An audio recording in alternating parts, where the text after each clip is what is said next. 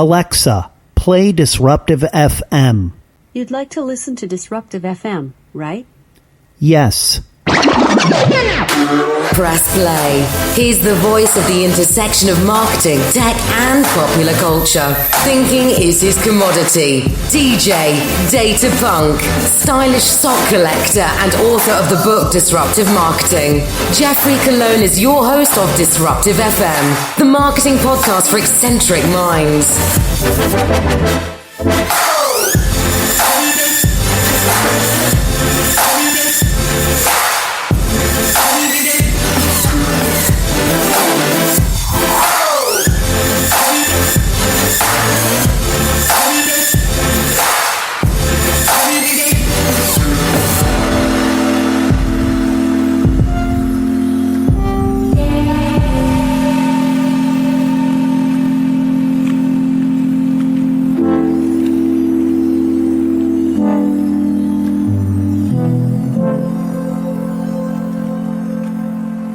If it's Friday, it's another episode of Disruptive FM, the marketing podcast for eccentric minds.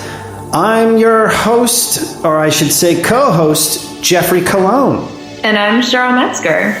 And we are both here to, of course, talk about a variety of different topics on sort of the weird marketing podcast. Wouldn't you say so, Cheryl? This is the weird podcast. Oh, I like to think of ourselves as brainy, passionate, but occasionally weird. Yeah, that works. So we're not going to talk about how to use Instagram, and we're not going to talk about how you can optimize for return on advertiser spend. There's plenty of podcasts for that. We're going to delve, I guess, into sort of the deeper and big thinking side of things. Wouldn't you say that's really what this podcast touches on? Yeah, I feel like you and I have always shared the distrust of the boring questions. That's right. And also, we're both strategists by design and love strategy, and I guess we should be thinking and talking more about these topics that are out there rather than just the tactics. Yeah, no, I mean, I find, my coworkers and I, or you and I, or talking to people on LinkedIn, we're always talking about some of these bigger issues. It's just funny that a lot of times you don't see them formalized in places like podcasts. So that's one of the reasons I'm excited that we can be co-hosting, because I feel like there are a lot of these themes out there that people are talking about, but just no one really giving a formal voice to it. You know, we like to always touch on three themes in the show, and we have three, I would say, big doozies on this episode. So we're going to talk about the tone deafness of brands for topic number one, and then we're going to pivot into talking about the culture of analytics, and then also from that culture of analytics and tone deafness, if we combine that, what brands come to mind. So Cheryl, tone deafness of brands, wrote a piece this past week for Branding Strategy Insider on how many brands now don't really seem to know what's around them. They don't really understand context. I think a lot of them don't even really understand content or their customers for that matter, but that's another topic. Why are there so many tone deaf brands in the year 2017? Shouldn't we be much more in a relationship stage at this point? Well, I think some of them prefer the awkward first date experience to the healthy relationship. You would think that some of them would have caught on by now, but I think that shows that brands are human because they're run by humans. So some are, better listeners, some are better at, engaging with people in a natural way, and some are going to be the awkward first date that spills wine on you and you never talk to them again. And I think we're seeing that in a number of brands. When I first heard that you wanted to talk about tone deaf brands, actually the first category that came to mind for me were toilet paper brands, because I actually find a really interesting dichotomy between Charmin and actually I just recently learned about this campaign from Angel Soft. So you see brands like Charmin trying to force a change. You know, they know that no one wants to talk about toilet paper, and they know no one wants to talk about what happens with toilet paper. That's right. So their strategy is, we're going to force that. We're going to put that out in the conversation and make it charming and delightful with, you know, either cute illustrations or kids or some sort of silly scenario. And everyone's going to, you know, we're going to make that big shift. And you can kind of imagine the marketers behind the scenes saying, like, we're going to completely change how people think about toilet paper. And the result is, for me, the awkward first date experience, where anytime their commercials come on, I cringe on the inside. And I feel like, I don't want to hear this. I don't want to see this. On the flip side, Angel Soft, I thought, did something really ingenious. And what they did was say, what are some of the other ways that toilet paper is used that actually could bring about a connection with the audience in a way that's meaningful?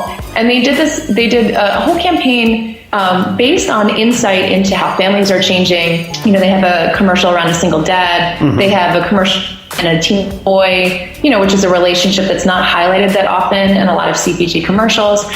They also did a really interesting commercial of people thanking their moms on Father's Day for, you know, their single moms who raised them.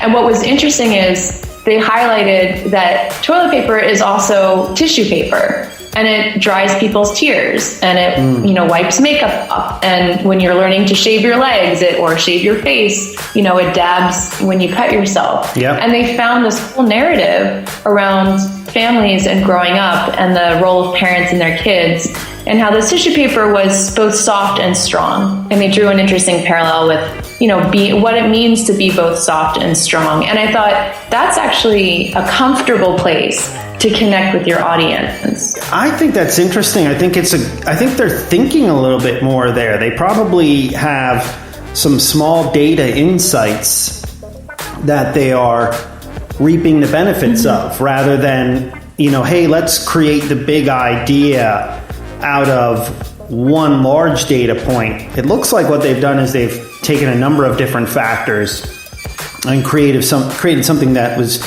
unique to them, which is so important, I think, in this day and age. And it's funny because we're talking about tone deafness of brands, but you brought up something that is the opposite of tone deafness that you made me think of. You know, Snickers right now, which we're so used to seeing their commercials, and they're funny, but they are doing an experience around a starving artist campaign.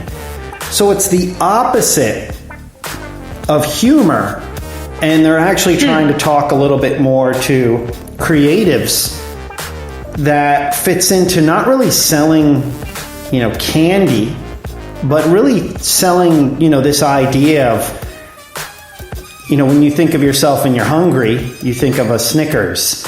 And I thought that was a little interesting as well. But, you know, I digress.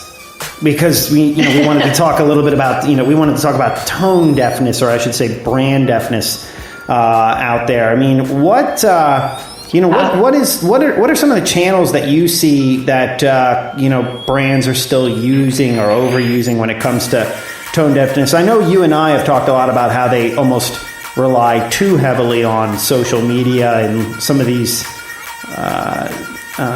some of these campaigns that are a little ridiculous and sort of real-time marketing. I mean, what are some other things that I think you could you know, share with our audience so that they think a little bit more in case they happen to be guilty of being tone deaf themselves?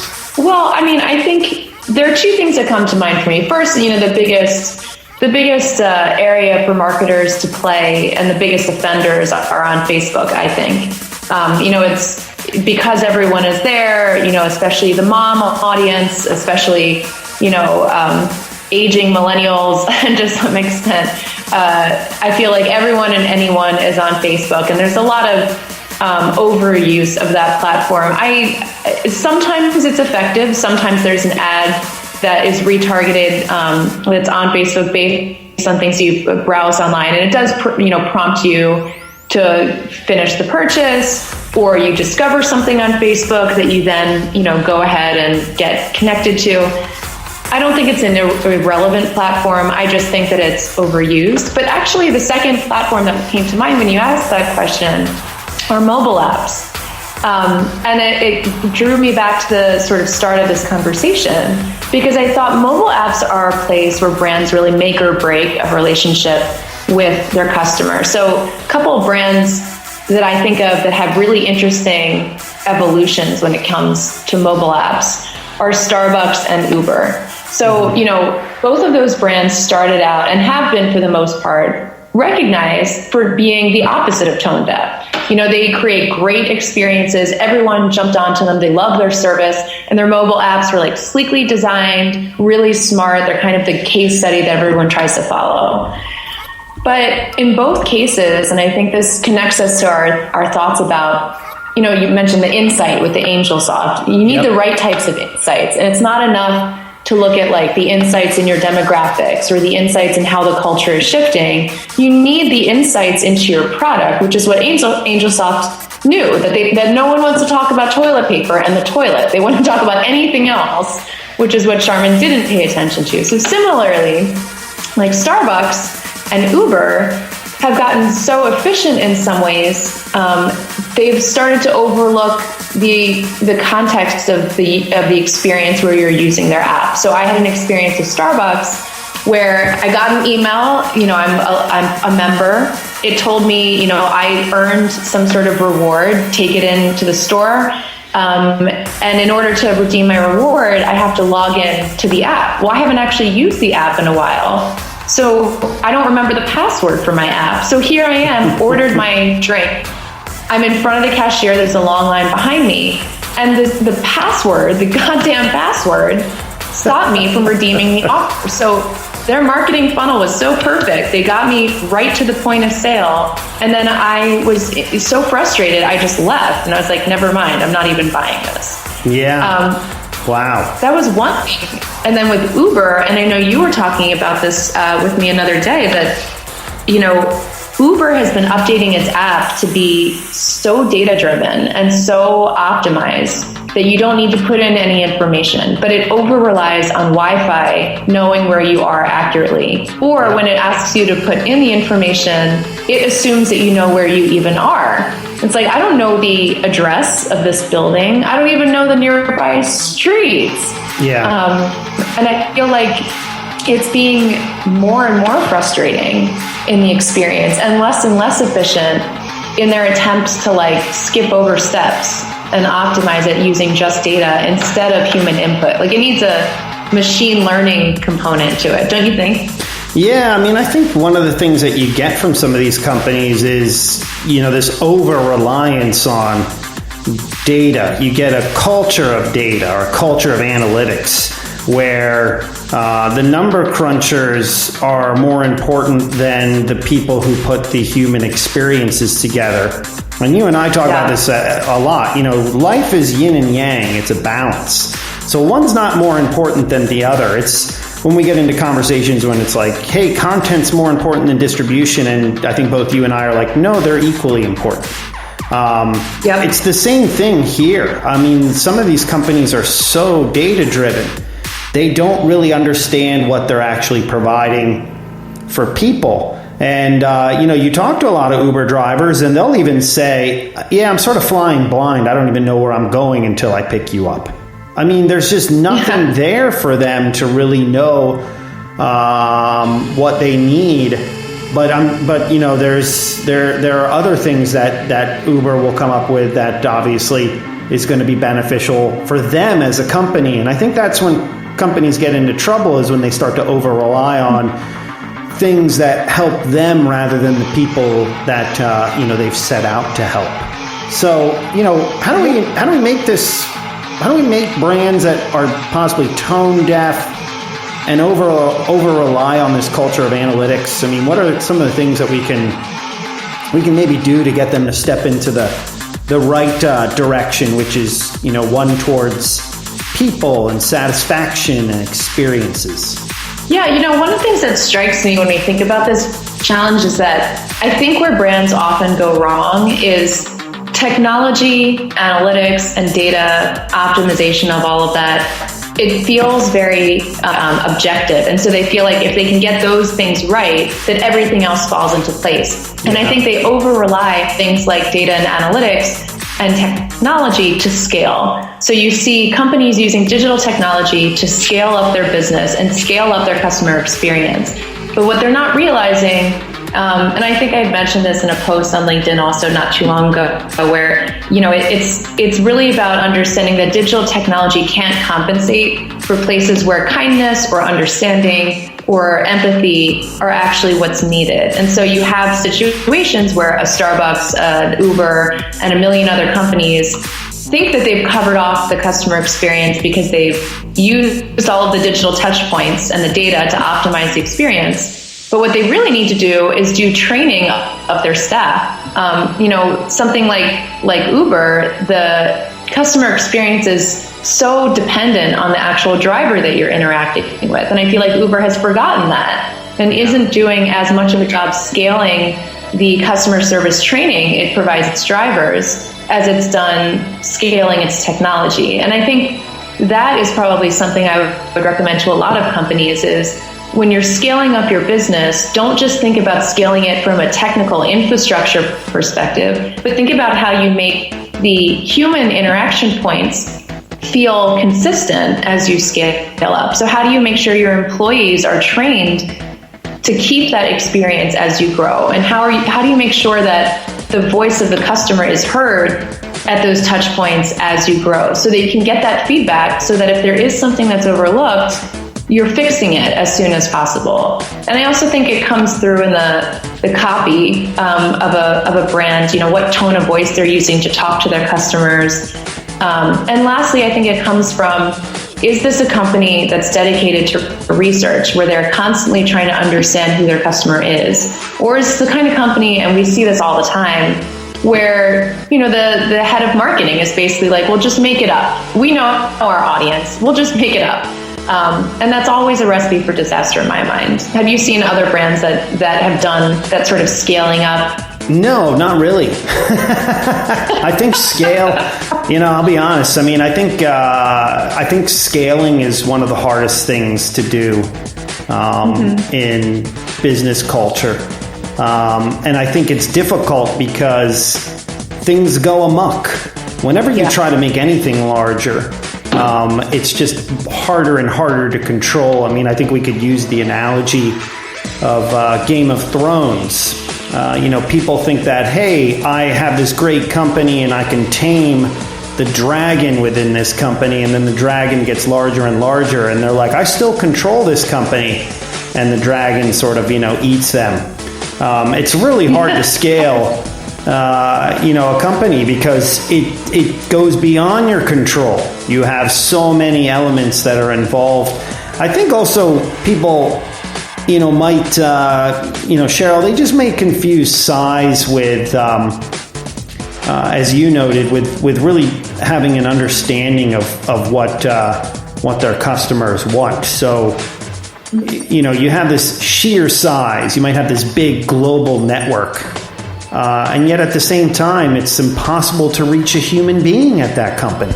It's impossible to even talk to anybody at that company. It's impossible to give them feedback. So size isn't always necessarily, it's not always, I guess, the best, recipe for success in this day and age. I think sustainability and being able to be a little bit more personal is maybe where business should aim. I think that's why so many mid-sized companies right now are so successful, because they don't see the need to scale. Their shareholders or others might say, hey, we need to be bigger. I don't know. I think that's sometimes just, you don't have to be big for the sake of being big. We've seen enough companies that have really become large that have really had a hard time recently even staying alive. Of course, one of those that comes to mind, and you and I were talking about this off air, is The Limited. It is now basically shuttered, like 400 of its stores no longer around. Obviously, that deals with a lot of different aspects, but scale isn't always the best thing. Yeah, you make a good point about scale, and I think the key, like you just said, is how easy is it to reach a human? And I think it's how easy is it to reach a human experience with that brand? Because if it's easy to reach what feels like a human experience, then the brand doesn't feel so big. So I think you can be a big brand if you connect people immediately with a great human experience or human directly, which I think is also, one of the things we're seeing in the CPG world, and it's mirrored in some other areas of our culture right now, that the bigger the company, the less people trust it. The more established a figure, the less people trust it. Yes. And I think that part of that, to your point, is that people feel like they're inaccessible and that they're hiding behind closed doors and that they're not truthful about what they're sharing, and that the manufacturing process, because it's optimized, is not healthy. Now, whether that's true or not is debatable, but I think that's an interesting parallel for the world of analytics and data and optimization, because there is kind of a human mistrust I think we have for things that are quote unquote optimized. It's kind of like when it's very close to feeling real, but not quite real. I'm forgetting, of course, what the name of that effect is, but it's sort of like they use the term to refer to robotics that look really human but aren't quite human, and it freaks people out. The closer it is to being real without seeming real, the more it freaks people out. So I feel like when something is optimized, like food is manufactured, we feel like it's not really food. That's right. And I feel like when an experience is optimized and data perfected, it doesn't really feel like a human experience. You bring up such a great point, though, in the sense that, now you actually have some people buying like works of art that have imperfections in them. Now, granted, this is deals with on the popular culture side of things, but if we put that in the brand world, what might be interesting is, and brands don't have to do this because they make mistakes, but what they might want to think a little bit more about as they become almost perfect, they seek perfection and efficiency, is to say, hey, let's now dial this back a tiny bit just so it feels more real. I think that's one of the things that's really missing from a lot of these scaled, efficient, process-oriented companies that we've brought up. I mean, do they offer good services? Yes, but it just feels less and less human. Perfection isn't necessarily what we're seeking in experiences, but maybe more reality. Yeah, no, I think that's a great point. And actually, one of the things that you made me think about, and I know you do a lot of traveling, and I've been traveling quite a bit in the last year as well. One of the things I thought about is a recent scenario that I had where I was taking a flight and it was delayed hours and hours. And then, of course, after we've been waiting hours for the delayed flight, it gets canceled. And I'm now stranded in this random city where I have to find a hotel. Isn't that the way it always works? Right. It's all, whenever, just as a heads up to our listeners, anytime they have a mechanical issue with the flight, it's going to get canceled. That's been my experience. With that said, what it made me think about was the brands should be thinking about their moments of failure. And that's what they should be planning for when it comes to customer experience. The number one thing they should start with when planning their customer experience are those moments of failure. Because imperfection, or the reality, like you just talked about, reality is great, but imperfection, when it's failing you, is not great. And I think what a lot of brands don't think about enough is, what are the processes in place?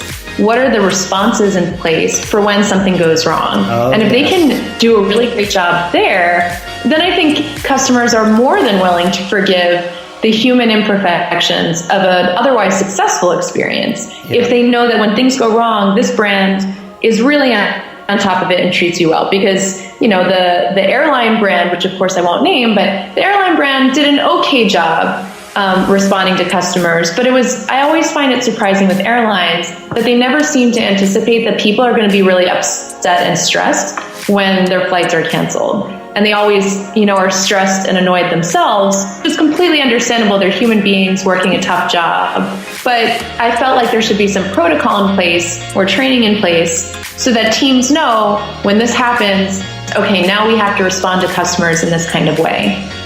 So it just made me feel like you should have a realistic, good experience, but you should have an optimized, empathic fail experience. And that's what you should kind of design for. Yeah, it's almost like I tell my teams all the time, the question I ask them is, hey, let's not ask, and answer how people behave or how things behave. Let's ask and answer how people misbehave or what happens when things go wrong. Because like you said, if you're thinking more along the term, our brand is crisis, then like, hey, if something goes wrong, what is the backup plan? And granted, you don't have to think like NASA, but you should have a backup plan there because I think it's important in terms of really being able to connect with your audience. So takeaways from episode 61. Don't be tone deaf. Don't necessarily rely on a culture of analytics. And what's a third one we can tell our listeners here, Cheryl? Don't try and get people to care too much about toilet paper. That's a good one. I like that a lot. Yep. Hey, this is episode 61. If you want to know what music we've played in the episode, I put that in the description and the liner notes. And we're on, I think, 6 platforms, maybe 7. But you can find us on iTunes. Make sure you rate and review the show. That's how more people find out about us. And no, we're not narcissists. We just want good thinking to come to good people out there. We're on Google Play Music, Spreaker, Stitcher, SoundCloud, and YouTube. We take questions on Twitter at Disruptive FM. For another episode, I'm Geoffrey Colon. And I'm Cheryl Metzger. We'll catch you next time.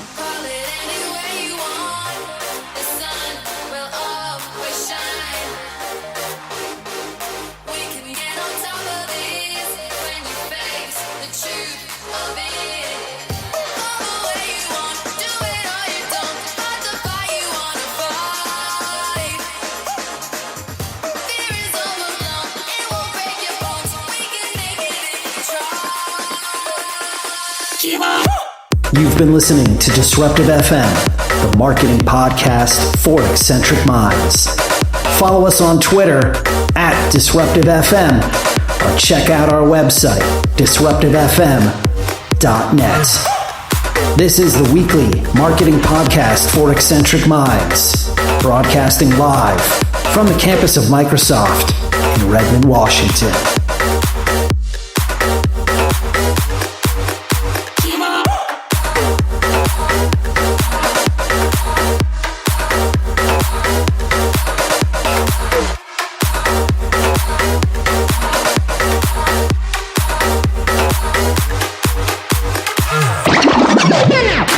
You've been listening to an episode of Disruptive FM, the marketing podcast for eccentric minds. Remember to subscribe to the show on iTunes. Purchase a copy of Geoffrey's latest book, Disruptive Marketing, on Kindle, hardcover and audio. Signing off from the city of Seattle. Press pause.